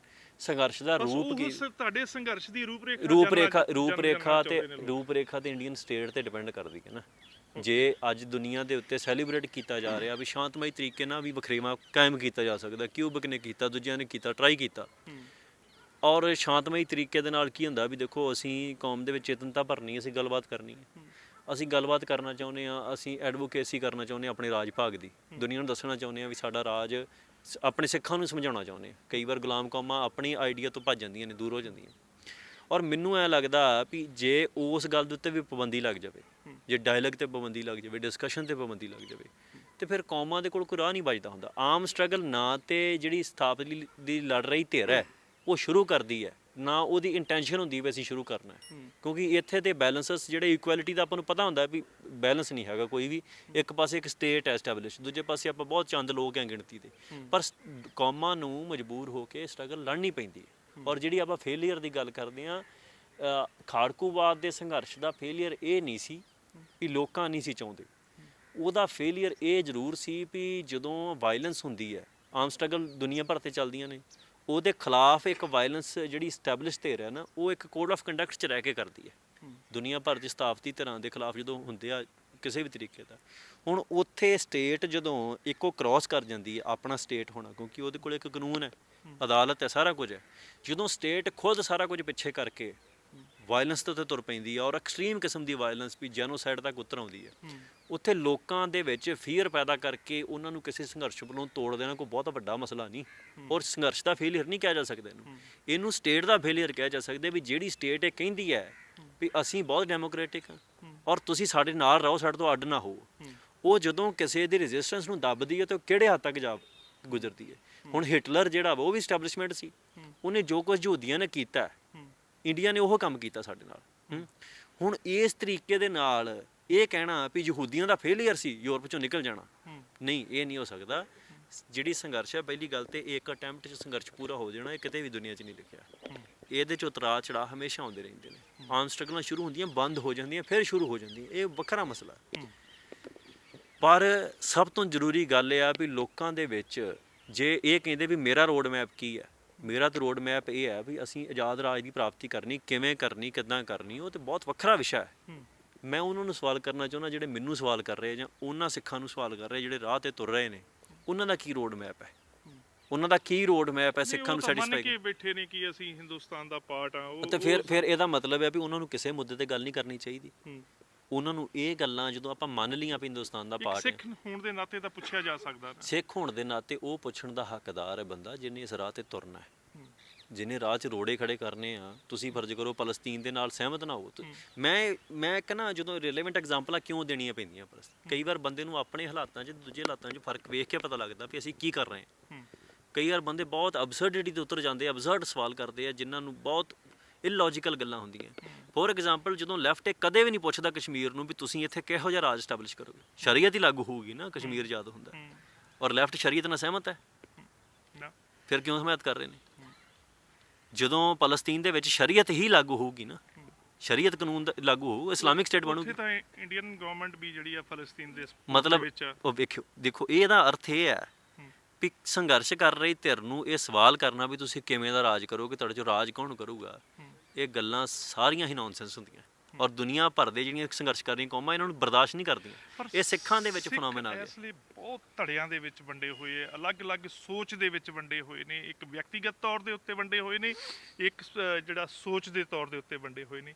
ਪਰ ਇਸ ਦੀ ਪ੍ਰਾਪਤੀ ਲਈ ਅਲਟੀਮੇਟਲੀ ਸੋਚ ਇੱਕ ਹੋਣੀ ਜਿਹੜੀ ਆ ਉਹ ਬਹੁਤ ਜ਼ਰੂਰੀ ਹੈ। ਅੰਬ੍ਰੇਲਾ ਟਰਮ ਤੇ ਚਾਹੀਦੀ ਉੱਪਰ ਦੇਖੋ, ਸੋਚ ਦੇ ਵਿੱਚ ਫਰਕ ਹੋਣਾ ਕੋਈ ਵੱਡਾ ਵਿਸ਼ਾ ਨਹੀਂ।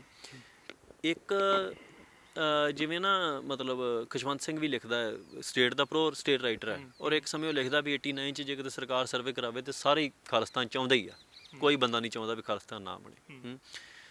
ਹੁਣ ਮੈਨੂੰ ਐਂ ਲੱਗਦਾ ਵੀ ਸੋਚ ਵੱਖ-ਵੱਖ ਹੋ ਸਕਦੀ ਹੈ, ਪਰ ਅੱਜ ਵੀ ਸਿੱਖਾਂ ਦੇ ਅੰਦਰ ਜੇ ਆਪਸ਼ਨ ਆ ਜੇ ਵੀ ਅਸੀਂ ਚਾਹੁੰਦੇ ਕਿ ਨਹੀਂ ਚਾਹੁੰਦੇ, ਫਿਰ ਤੇ ਉਹੋ ਹੀ ਚਾਹੁੰਦੇ ਹੀ ਆ ਸਾਰੇ ਤਕਰੀਬਨ। ਹੁਣ ਉਹਦੇ 'ਚ ਕੁਛ ਡਰ ਦਾ ਮਾਹੌਲ ਹੈ। ਜਿਹੜੀ ਸੋਚ ਹੈ ਨਾ, ਮੈਨੂੰ ਐ ਲੱਗਦਾ ਵੀ ਇਹ 'ਚ ਡਾਇਵਰਸਿਟੀ ਹੋਣੀ ਚਾਹੀਦੀ ਹੈ, ਇਹ 'ਚ ਕ੍ਰਿਟਿਸਿਜ਼ਮ ਵੀ ਹੋਣਾ ਚਾਹੀਦਾ ਇੱਕ ਦੂਜੇ ਦਾ। ਇਹਦੇ 'ਚ ਇਦਾਂ ਨਹੀਂ ਹੋਣਾ ਚਾਹੀਦਾ ਵੀ ਸ਼ੀਆ ਸੁੰਨੀ ਵਾਲਾ ਮਸਲਾ ਬਣ ਜਾਵੇ ਵੀ ਜੇ ਕੋਈ ਸਾਡੇ ਨਾਲ ਸਹਿਮਤ ਨਹੀਂ ਤੇ। ਜਿਵੇਂ ਕਿ ਸਿੱਖ ਸੰਘਰਸ਼ ਨਾਲ ਸੰਬੰਧਿਤ ਰਹੇ ਨੇ ਰਣਜੀਤ ਕੁੱਕੀ ਗਿੱਲ, ਉਹ ਕਹਿੰਦੇ ਕਿ ਕੀ ਲੋੜ ਕੀ ਹੈ ਇਸ ਲਈ ਖਾਲਸਾ ਰਾਜ ਦੀ, ਕੀ ਕਿੱਥੇ ਸਿੱਖ ਗੁਲਾਮ ਕਿੱਥੇ ਨੇ? ਉਹਨਾਂ ਨੇ ਬੜਾ ਵੱਡਾ ਸੰਤਾਪ ਹੰਢਾਇਆ, ਬੜਾ ਵੱਡਾ। ਉਹਨਾਂ ਨੂੰ ਇਹ ਸਵਾਲ ਕਰਿਓ ਮੇਰਾ ਵੀ ਜੇ ਸਿੱਖ ਗੁਲਾਮ ਨਹੀਂ ਸੀ ਤੁਹਾਨੂੰ ਹਥਿਆਰ ਕਿਉਂ ਚੁੱਕਣੇ ਪੈ ਗਏ? ਮਤਲਬ ਜਿਹੜੇ ਬੰਦੇ ਦੇਖੋ ਕਈ ਵਾਰ ਬੰਦੇ ਸੰਘਰਸ਼ ਕਰਨ ਤੋਂ ਬਾਅਦ ਪ੍ਰੋ ਸਟੇਟ ਬਣ ਜਾਂਦੇ ਹੁੰਦੇ ਆ, ਔਰ ਆਪਾਂ ਵੇਖੇ ਨੇ ਪ੍ਰੋ ਸਟੇਟ ਨੇ। ਹੋਰ ਤੁਹਾਨੂੰ ਕੀ ਲੱਗਦਾ ਵੀ ਕੈਪਟਨ ਅਮਰਿੰਦਰ ਸਿੰਘ ਨੇ ਖਾਲਿਸਤਾਨ ਦੀ ਸਹੁੰ ਨਹੀਂ ਸੀ ਖਾਧੀ? ਖਾਧੀ ਸੀ ਨਾ। ਅੱਜ ਉਹ ਬੰਦੇ ਤੁਹਾਨੂੰ ਕੀ ਲੱਗਦਾ ਵੀ ਕਿਸੇ ਤਰੀਕੇ ਨਾਲ ਪ੍ਰੋ ਸਟੇਟ ਨਹੀਂ ਹੈਗੇ?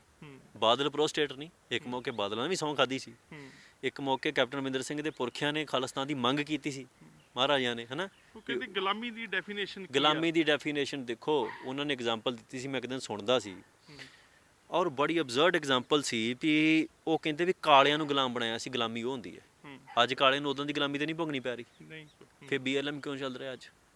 ਆਪਣੇ ਤੋਂ ਵੱਧ ਕਾਲਿਆਂ ਕੋਲ ਰਾਈਟਸ ਨੇ ਅੱਜ। ਕਾਲੇ ਸਾਰਾ ਸ਼ਹਿਰ ਫੂਕ ਦੇਣ, ਕੋਈ ਸਵੇਰੇ ਖਬਰ ਨਹੀਂ ਲਾ ਸਕਦਾ ਵੀ ਕਾਲੇ ਬਲੈਕਸ ਆਰ ਵਾਇਲੈਂਟ, ਇੱਦਾਂ ਲਿਖਣਾ ਵੀ ਗੁਨਾਹ ਬਣ ਗਿਆ। ਉੱਥੇ ਵੀ ਕਿਹਾ ਜਾਂਦਾ ਵੀ ਅੱਜ ਵੀ ਕਾਲੇ ਕਹਿੰਦੇ ਵੀ ਆਰ ਸਲੇਵਸ। ਫਲਸਤੀਨ ਦੇ ਵਿੱਚ ਸੰਘਰਸ਼ ਚੱਲ ਰਿਹਾ ਹੈ, ਉਹ ਲੋਕ ਕਹਿੰਦੇ ਵੀ ਅਸੀਂ ਗੁਲਾਮ ਆ। ਅਮਰੀਕਾ 'ਚ ਬੈਠਾ ਫਲਸਤੀਨੀ ਕਹੀ ਜਾਂਦਾ ਮੈਂ ਗੁਲਾਮ ਆ। ਇਜ਼ਰਾਈਲ ਬਹੁਤ ਸਹੂਲਤਾਂ ਦੇਣ ਨੂੰ ਤਿਆਰ ਆ, ਫਲਸਤੀਨੀ ਕਹਿੰਦੇ ਵੀ ਅਸੀਂ ਇੱਦਾਂ ਨਹੀਂ ਮੰਨਣਾ। ਮੈਨੂੰ ਇਹ ਸਵਾਲ ਵੈਸੇ ਹੀ ਮੈਨੂੰ ਲੱਗਦਾ ਵੀ ਕਿਸੇ ਮਤਲਬ ਨਾ ਇੱਕ ਇੰਟੈਲੈਕਚੁਅਲ ਮਾਈਂਡ ਦਾ ਸਵਾਲ ਨਹੀਂ ਹੋ ਸਕਦਾ ਵੀ ਗੁਲਾਮੀ ਕੀ ਹੈ। ਗੁਲਾਮੀ ਚੇਨ ਪਾ ਦੇਣੀ ਲੱਤ ਨੂੰ, ਉਹ ਗੁਲਾਮੀ ਹੋਊਗੀ। ਸਿੱਖ ਪ੍ਰਾਈਮ ਮਿਨਿਸਟਰ ਬਣ ਸਕਦਾ, ਸਿੱਖ ਪ੍ਰਾਈਮ ਮਿਨਿਸਟਰ ਤੇ ਦੇਖੋ ਬਰਾਕ ਓਬਾਮਾ ਬਣਿਆ। ਮੇਰੀ ਗੱਲ ਸੁਣੋ, ਬਰਾਕ ਓਬਾਮਾ ਰਾਸ਼ਟਰਪਤੀ ਬਣ ਸਕਦਾ, ਜੱਜਸ ਜਿਹੜੇ ਸਿੱਖ ਨੇ ਹਾਈ ਔਰ ਕੋਰਟ ਦੇ ਚੀਫ ਜਸਟਿਸ ਜੱਜਸ ਨੇ। ਇਹਦੀ ਨਾ ਐਗਜ਼ਾਮਪਲ ਇੱਕ ਤੁਹਾਨੂੰ ਦੱਸਦਾ, ਉਹ ਕਹਿੰਦੇ ਵੀ ਜਦੋਂ ਐਜ਼ ਅ ਟੋਕਨ ਵਰਤਣਾ ਕਿਸੇ ਨੂੰ।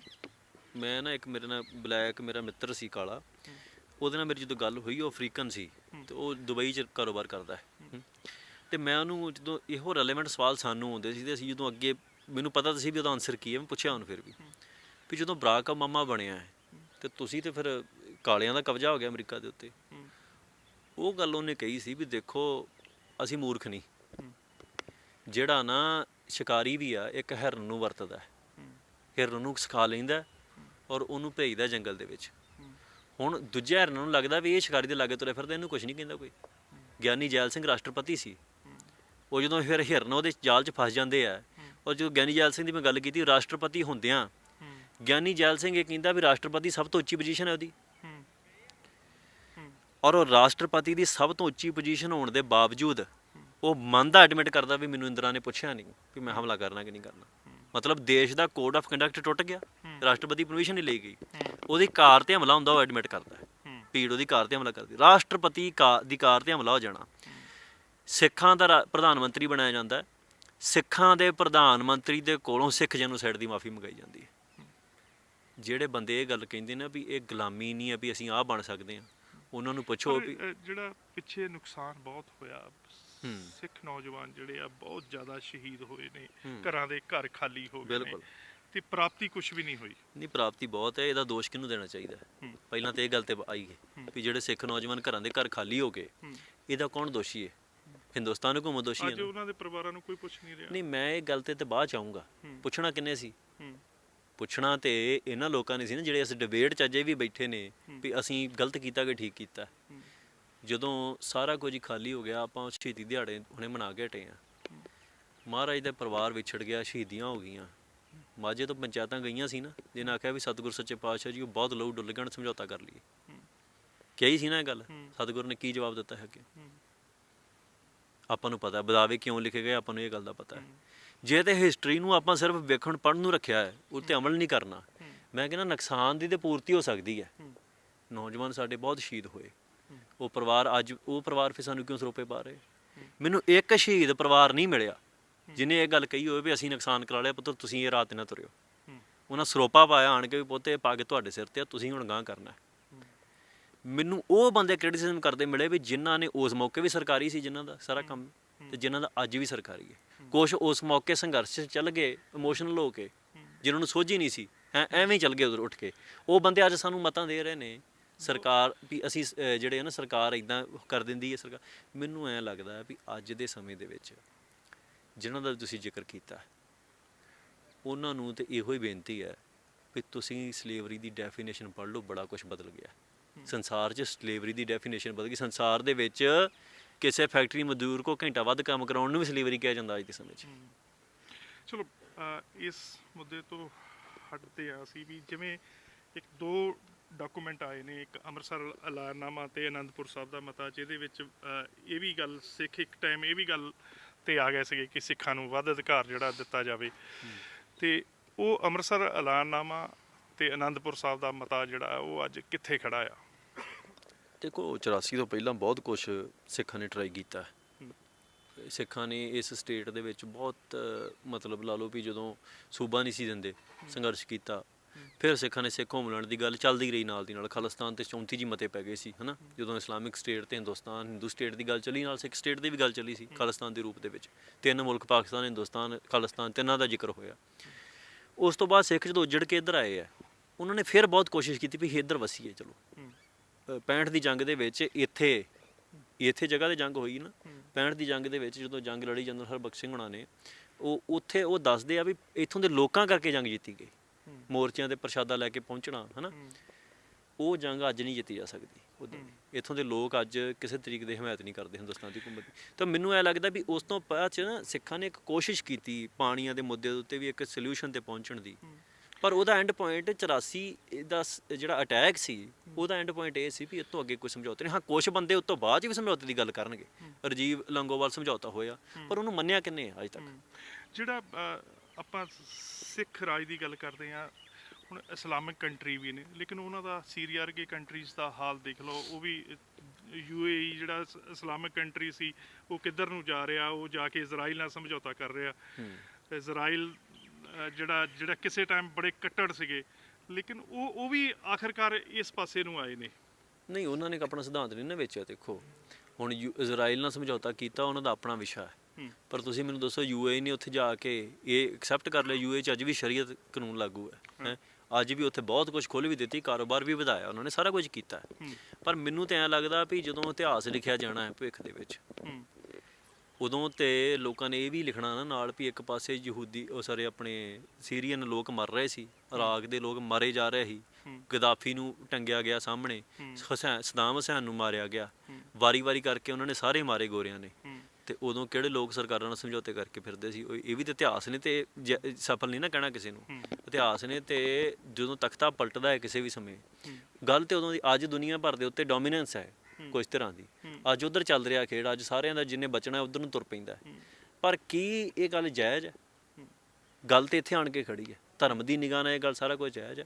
ਚਲੋ ਸਾਡੀ ਤੇ ਇਸਲਾਮ ਦੇ ਵਿੱਚ ਯਹੂਦੀਆਂ ਦੇ ਨਾਲ ਇਹਨਾਂ ਦਾ ਕਨਫਲਿਕਟ ਹੈ, ਇੰਬੈਡਡ ਹੈ ਪੂਰਾ, ਮਤਲਬ ਉਹ ਵੱਖਰਾ ਨਹੀਂ ਹੋ ਸਕਦਾ। ਸਾਡਾ ਤਾਂ ਇਦਾਂ ਦਾ ਕਨਫਲਿਕਟ ਨਹੀਂ ਕਿਸੇ ਨਾਲ। ਹਿੰਦੂਇਜ਼ਮ ਨਾਲ ਨਹੀਂ, ਇਦਾਂ ਦਾ ਕਨਫਲਿਕਟ ਨਹੀਂ, ਇਦਾਂ ਦਾ ਕਨਫਲਿਕਟ ਨਹੀਂ ਵੀ ਸਾਨੂੰ ਹੁਕਮ ਹੋਣ ਵੀ ਇਹਨਾਂ ਦਾ ਕਤਲੇਆਮ ਕਰ ਦਿਓ ਜਾਂ ਉਹਨਾਂ ਕੋਲ। RSS ਦੇ ਮੁਖੀ ਦਾ ਹੁਣੇ ਬਿਆਨ ਆ ਕੇ ਹਟਿਆ ਕਿ ਜਿਹੜੇ ਹਿੰਦੁਸਤਾਨ 'ਚ ਜਿਹੜੇ ਰਹਿ ਰਹੇ ਨੇ ਉਹ ਸਾਰੇ ਹਿੰਦੂ ਨੇ। ਇਹੋ ਜਿਹਾ ਬਿਆਨ ਅਸੀਂ ਤਾਂ ਨਹੀਂ ਦਿੰਦੇ। ਹੁਣ ਦੇਖੋ ਉਸ ਬਿਆਨ ਦੇ ਉੱਤੇ ਕਿਸੇ ਦਾ ਬਿਆਨ ਆਉਂਦਾ ਅੱਗਿਓਂ ਵੀ ਭਾਈ ਸਭ ਤੋਂ ਵੱਡੀ ਵਾਇਲੈਂਸ ਹੈ ਵੀ ਇੱਕ ਸਥਾਪਿਤ ਧਿਰ ਅਜੇ ਵੀ ਜ਼ੁਲਮ ਕਰ ਰਹੀ, ਜਿਹਨੂੰ ਕੋ ਸਥਾਪਿਤ ਜਥੇਦਾਰ ਤਾਂ ਕਹਿੰਦਾ ਰਿਹਾ ਵੀ ਸਿੱਖ ਵੱਖਰੀ ਕੌਮ ਆ, ਇਸ ਤੇ ਸਟੈਂਡ ਆਉਂਦਾ ਵੀ। ਉਹਨਾਂ ਨੇ ਨਾ ਇੱਕ ਗੱਲ ਕੀਤੀ ਹੈ ਮੇਰੀ ਨਜ਼ਰ 'ਚ ਜਿਹੜੀ ਆਈ ਹੈ ਵੀ ਉਹਨਾਂ ਨੇ ਕ੍ਰੈਡੀਬਿਲਿਟੀ ਖਤਮ ਕਰ ਦਿੱਤੀ ਬਹੁਤ ਸਾਡੀਆਂ ਧਿਰਾਂ ਦੀ। ਪਹਿਲਾਂ ਇਹਨਾਂ ਨਾਲ ਸਮਝੌਤੇ ਦੀ ਸਭ ਤੋਂ ਵੱਡਾ ਨੁਕਸਾਨ ਇਹ ਵੀ ਹੈ। ਆਪਾਂ ਕਹਿੰਦੇ ਵੀ ਦੇਖੋ ਕਿਸੇ ਸੋਲਿਊਸ਼ਨ ਤੇ ਪਹੁੰਚਣ ਲਈ ਸਮਝੌਤਾ ਜ਼ਰੂਰੀ ਵੀ ਹੈ, ਕਹਿੰਦੇ ਨੇ ਬਹੁਤ ਲੋਕ, ਔਰ ਮੈਂ ਕੁਛ ਹੱਦ ਤੱਕ ਮੰਨਦਾ ਵੀ ਹਾਂ। ਪਰ ਸਮਝੌਤੇ 'ਚ ਆਪਣੇ ਹੱਕ ਵੇਚ ਦੇਣੇ, ਉਹਦਾ ਨੁਕਸਾਨ ਇਹ ਹੋਇਆ ਵੀ ਅੱਜ ਮੋਹਨ ਭਾਗਵਤ ਦਾ ਬਿਆਨ ਤੇ ਵਾਕਿਆ ਹੀ ਪਾਵਰ ਰੱਖਦਾ ਹੈ। ਸਾਡੇ ਅਕਾਲ ਤਖਤ ਸਾਹਿਬ ਦੇ ਜਥੇਦਾਰ ਦਾ ਬਿਆਨ ਪਾਵਰਫੁਲ ਨਹੀਂ ਹੈਗਾ। ਹੁਣ ਆ ਜੀ ਇਹ SGPC ਵਾਲਾ ਵੀ ਕੋਈ ਇੱਦਾਂ ਦਾ ਵਿਚਾਰ ਹੈ ਕਿ ਅੰਮ੍ਰਿਤਪਾਲ ਸਿੰਘ ਖਾਲਸਾ SGPC ਤੇ ਕਾਬਜ ਹੋਣ ਲਈ, ਜਾਂ ਕੋਈ ਇੱਦਾਂ ਦਾ ਕੋਈ ਪੋਲੀਟੀਕਲ ਫਰੰਟ? ਨਹੀਂ, ਦੇਖੋ ਅਸੀਂ SGPC ਦੇ ਵਿੱਚ ਜ਼ਰੂਰ ਸਾਡੀ ਰੁਚੀ ਹੈ ਵੀ ਉੱਥੇ ਕੌਣ ਆਉਂਦਾ ਕੌਣ ਨਹੀਂ ਆਉਂਦਾ, ਧਰਮ ਦਾ ਮਸਲਾ ਹੈ। ਪਰ ਮੈਂ ਨਹੀਂ ਆਉਣਾ, ਮੇਰਾ ਕੋਈ ਅਹੁਦਾ ਨਹੀਂ ਹੋ ਸਕਦਾ SGPC ਦੇ ਕਿਸੇ ਵੀ ਅਦਾਰੇ ਦੇ ਵਿੱਚ, ਕਿਸੇ ਵੀ ਅਦਾਰੇ 'ਚ ਮੇਰਾ ਕੋਈ ਅਹੁਦਾ ਨਹੀਂ। ਤੇ ਮੈਂ ਇਹ ਚਾਹੁੰਦਾ ਵੀ ਸਿਰਤ ਸਿੱਖ ਅੱਗੇ ਆਉਣ, ਜਿਹੜਾ ਅੱਗੇ ਉਹਦੀ ਹਮਾਇਤ ਕਰਾਂਗੇ।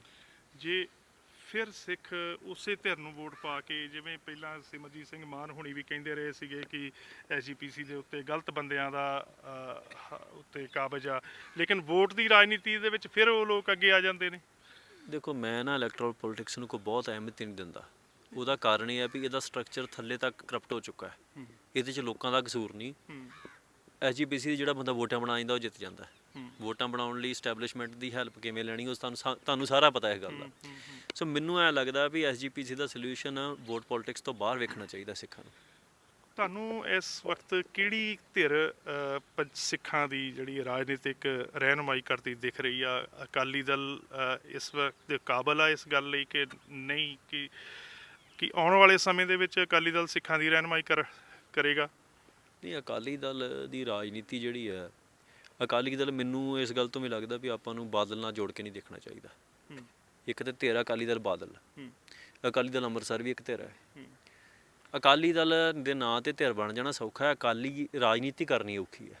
ਅਕਾਲੀ ਬਣਨਾ ਬੜਾ ਔਖਾ ਹੈ, ਅਕਾਲ ਦੇ ਹੁਕਮਾਂ 'ਚ ਚੱਲਣਾ, ਕਿਸੇ ਹਕੂਮਤ ਦਾ ਭੈ ਨਾ ਮੰਨਣਾ। ਸੋ ਜਿਹੜੀ ਵੀ ਧਿਰ ਅੱਜ ਦੇ ਸਮੇਂ 'ਚ ਜਿੰਨਾ ਚਿਰ ਸਿੱਖ ਰਾਜ ਦੀ ਸਥਾਪਤੀ ਦੀ ਗੱਲ ਮਾਨ ਸਾਹਿਬ ਕਰਦੇ ਆ, ਚੰਗੀ ਗੱਲ ਹੈ। ਮੈਨੂੰ ਪਾਰਲੀਮੈਂਟ 'ਚ ਨਹੀਂ ਬੋਲੇ ਕਦੀ ਵੀ ਉਹ ਨਹੀਂ, ਉਹ ਉਹਨਾਂ ਦਾ ਵਿਸ਼ਾ ਹੈ। ਮੈਨੂੰ ਐਂ ਲੱਗਦਾ ਵੀ ਜਦੋਂ ਆਪਾਂ ਖਾਲਿਸਤਾਨ ਦੇ ਨਾਂ ਦੇ ਉੱਤੇ ਵੋਟਾਂ ਲੈ ਕੇ ਜਿੱਤਦੇ ਹਾਂ, ਇਹ ਬੜੀ ਵੱਡੀ ਪ੍ਰਾਪਤੀ ਹੈ, ਕਿਉਂਕਿ ਇੰਟਰਨੈਸ਼ਨਲ ਲੈਵਲ 'ਤੇ ਇਸ ਚੀਜ਼ ਨੂੰ ਰੈਕੋਗਨਾਈਜ਼ ਕੀਤਾ ਜਾਂਦਾ ਹੈ ਵੀ ਇੱਥੇ ਦੇਖੋ ਜੀ ਗੱਲ ਵੋਟ ਤੇ ਗਿਣੀ ਜਾਣੀ ਹੈ।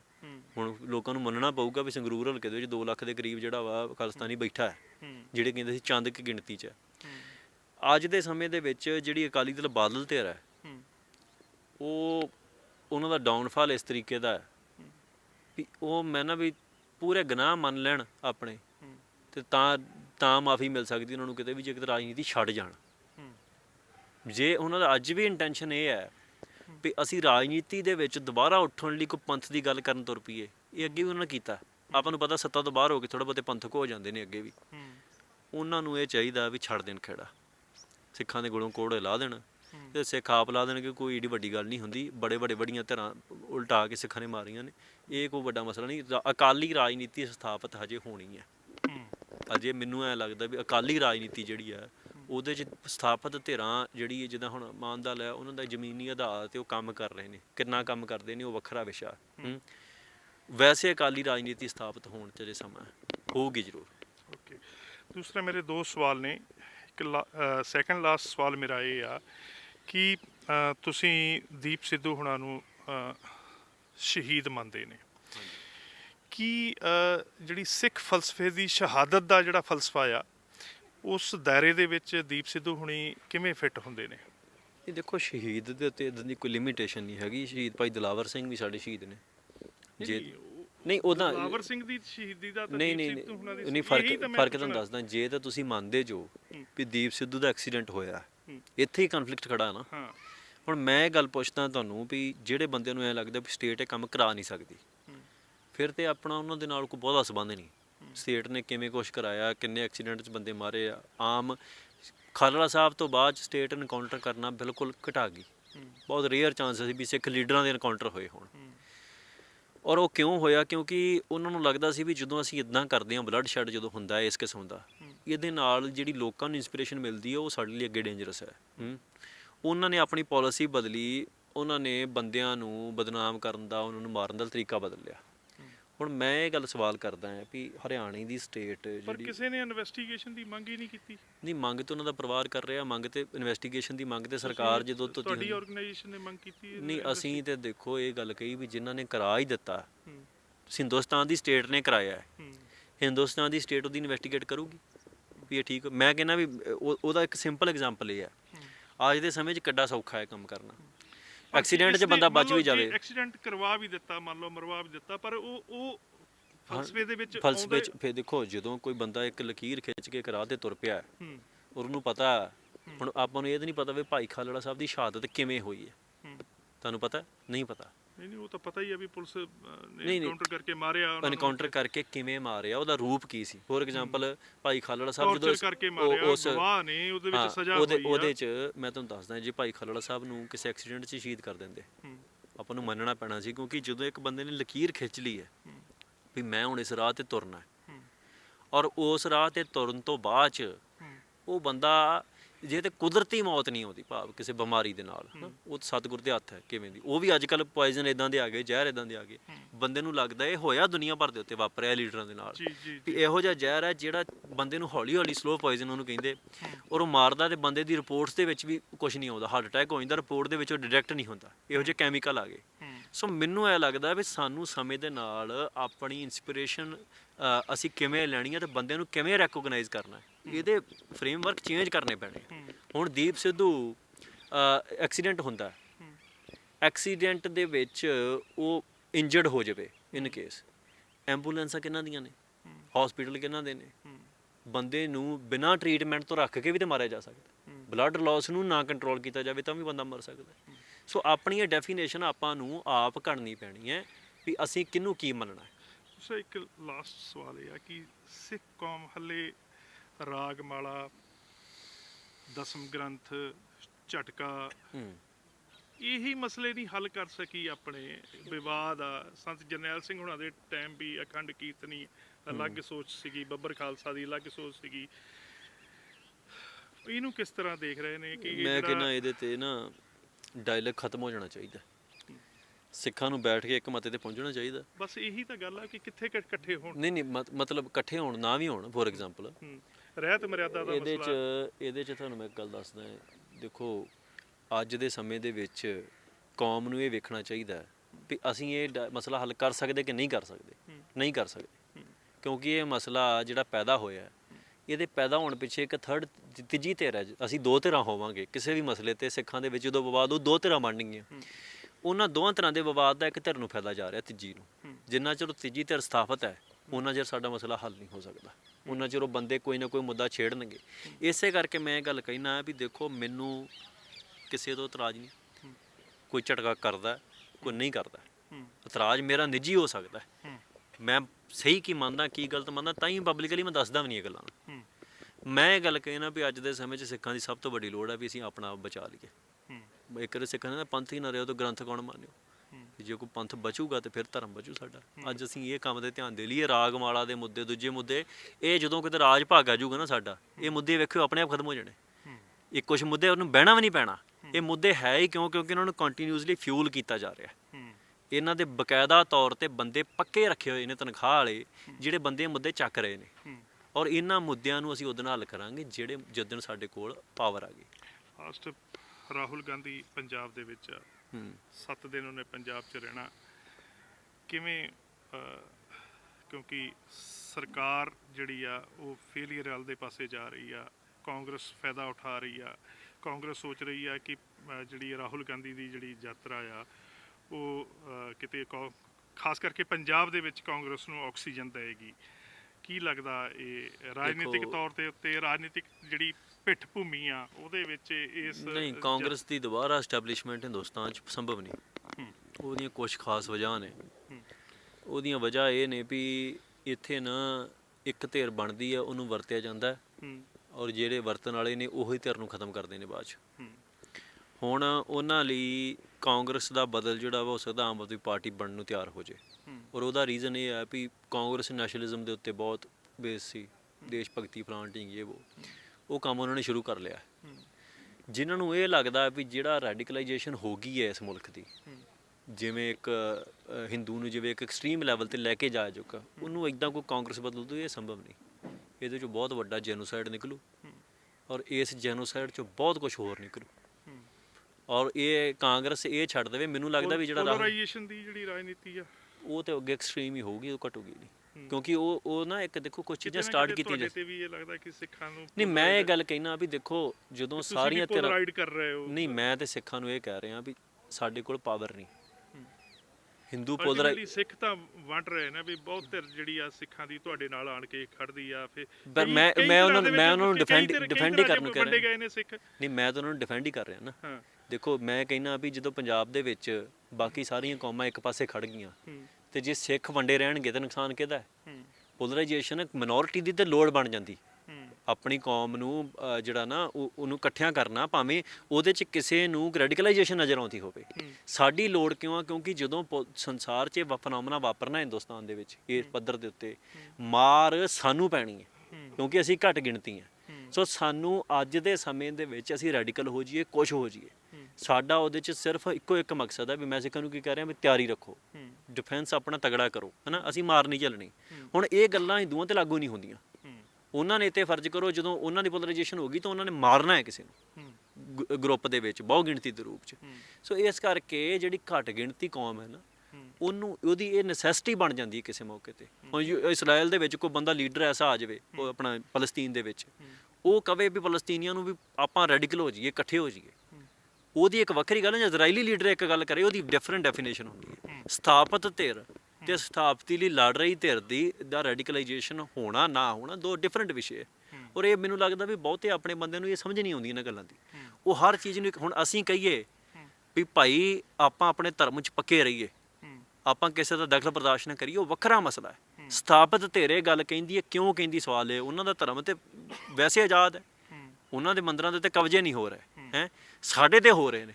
ਪਰ ਉਹ ਵੀ ਤਾਂ ਥ੍ਰੈਟ ਆ ਨਾ, ਕ੍ਰਿਸਚੀਅਨਿਜ਼ਮ ਦਾ ਥ੍ਰੈਟ ਤਾਂ ਉਹਨਾਂ ਨੂੰ ਵੀ ਆ। ਬਹੁਤ ਸਾਰੇ ਦੇਖੋ ਮੈਨੂੰ ਐ ਲੱਗਦਾ ਕ੍ਰਿਸਚੀਅਨ ਔਰ ਉਹਦੇ 'ਚ ਇਹ ਕਿਉਂ ਹੋ ਰਿਹਾ ਹੈ, ਉਹਦੀ ਸਿੰਪਲ ਇੱਕ ਲੌਜੀਕਲ ਐਕਸਪਲੇਨੇਸ਼ਨ ਇਹ ਹੈ ਵੀ ਯੂਪੀ ਦੇ ਵਿੱਚ ਇਹ ਥ੍ਰੈਟ ਨਹੀਂ ਹੈਗਾ, ਉੱਥੇ ਉਹਨਾਂ ਨੇ ਬਹੁਤ ਐਕਸਟ੍ਰੀਮਲੀ ਡੀਲ ਕਰਦੇ ਨੇ। ਪੰਜਾਬ ਦੇ ਵਿੱਚ ਫ੍ਰੀ ਰਨ ਕਿਉਂ ਦਿੱਤਾ ਜਾ ਰਿਹਾ ਕ੍ਰਿਸਚੀਅਨਸ ਨੂੰ? ਕਿਉਂਕਿ ਪੰਜਾਬ ਦੇ ਵਿੱਚ ਉਹਨਾਂ ਨੂੰ ਇਹ ਨਹੀਂ ਫਰਕ ਪੈਂਦਾ ਵੀ ਪੰਜਾਬ ਦੇ ਹਿੰਦੂ, ਉੱਥੇ ਤਾਂ ਹਿੰਦੂਇਜ਼ਮ ਦੀ ਸਰਕਾਰ ਹੈ ਨਾ, ਬੀਜੇਪੀ ਦੀ। ਨਹੀਂ ਇਹੋ ਹੀ ਗੱਲ ਹੈ, ਨਹੀਂ ਬੀਜੇਪੀ ਦੀ ਸਰਕਾਰ ਤੋਂ ਬਿਨਾਂ ਵੀ ਇਹਨਾਂ ਨੂੰ ਫ੍ਰੀ ਰਨ ਨਹੀਂ ਸੀ ਮਿਲਿਆ ਕਦੀ ਵੀ। ਇੱਥੇ ਕਿਉਂ ਕੀਤਾ ਜਾ ਰਿਹਾ? ਉਹਨਾਂ ਨੂੰ ਪੰਜਾਬ ਦੇ ਹਿੰਦੂ ਨਾਲ ਕੋਈ ਵਾਸਤਾ ਨਹੀਂ। ਸਿੱਖਾਂ ਨੂੰ ਖਤਮ ਕਰ ਲਈ ਜੇ ਪੰਜਾਬ ਦੇ ਹਿੰਦੂਆਂ ਦੀ ਬਲੀ ਦੇਣੀ ਪੈ ਗਈ ਉਹਨਾਂ ਨੂੰ, ਉਹ ਦੇ ਦੇਣਗੇ। ਇਸ ਕਰਕੇ ਕ੍ਰਿਸਚੀਅਨਸ ਨੂੰ ਫ੍ਰੀ ਰਨ ਦਿੱਤਾ ਹੈ ਵੀ ਤੁਸੀਂ ਇੱਥੇ ਵੱਧ ਤੋਂ ਵੱਧ ਕਨਵਰਜਨ ਕਰੋ। ਜੇ 100 ਸਿੱਖਾਂ ਪਿੱਛੇ 50 ਹਿੰਦੂ ਵੀ ਕਨਵਰਟ ਹੋ ਜਾਂਦੇ ਨਾ, ਉਹ ਅਲਟੀਮੇਟਲੀ ਜਦੋਂ ਸਾਰੇ ਕ੍ਰਿਸਚਨ ਬਣਾਤੇ ਤੇ ਹਿੰਦੂ ਬਣਾਉਣਾ ਤਾਂ ਇੱਕ ਮਿੰਟ ਦੀ ਖੇਡ ਉਹਨਾਂ ਦੀ। ਇਹ ਸਿੱਖੀ ਰਜਿਸਟ ਕਰ ਰਹੀ ਹੈ ਨਾ ਸਾਰਾ ਕੁਝ।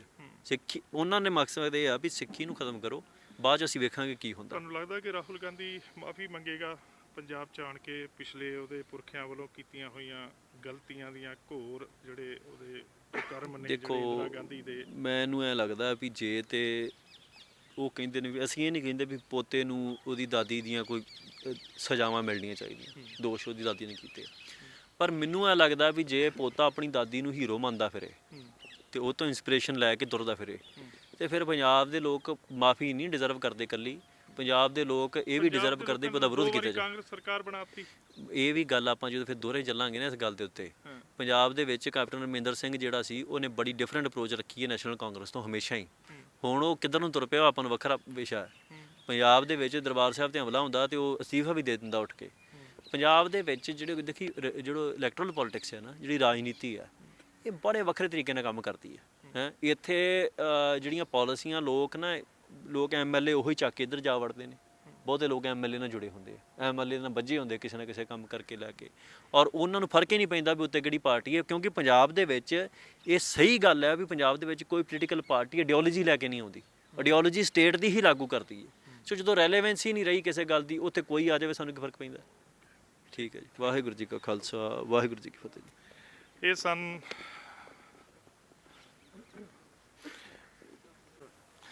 ਇਹ ਸਨ ਭਾਈ ਅੰਮ੍ਰਿਤ ਸਿੰਘ ਖਾਲਸਾ, ਜਿਨ੍ਹਾਂ ਨੇ ਸਿੱਖ ਰਾਜ ਤੇ ਖਾਲਿਸਤਾਨ ਦੇ ਮੁੱਦੇ ਦੇ ਉੱਤੇ ਆਪਣੇ ਖੁੱਲ੍ਹ ਕੇ ਵਿਚਾਰ ਰੱਖੇ ਨੇ, ਔਰ ਉਹਨਾਂ ਨੇ ਕਿਤੇ ਨਾ ਕਿਤੇ ਸਿੱਖਾਂ ਦੀ ਗੁਲਾਮੀ ਦਾ ਜ਼ਿਕਰ ਕਰਦਿਆਂ ਤਮਾਮ ਉਹਨਾਂ ਮੁੱਦਿਆਂ ਨੂੰ ਛੇੜਿਆ ਜਿਹੜੇ ਕਿਸੇ ਨਾ ਕਿਸੇ ਤਰੀਕੇ ਨਾਲ ਪੰਜਾਬ ਨਾਲ, ਖਾਸ ਕਰਕੇ ਸਿੱਖਾਂ ਨਾਲ ਸੰਬੰਧ ਰੱਖਦੇ ਨੇ।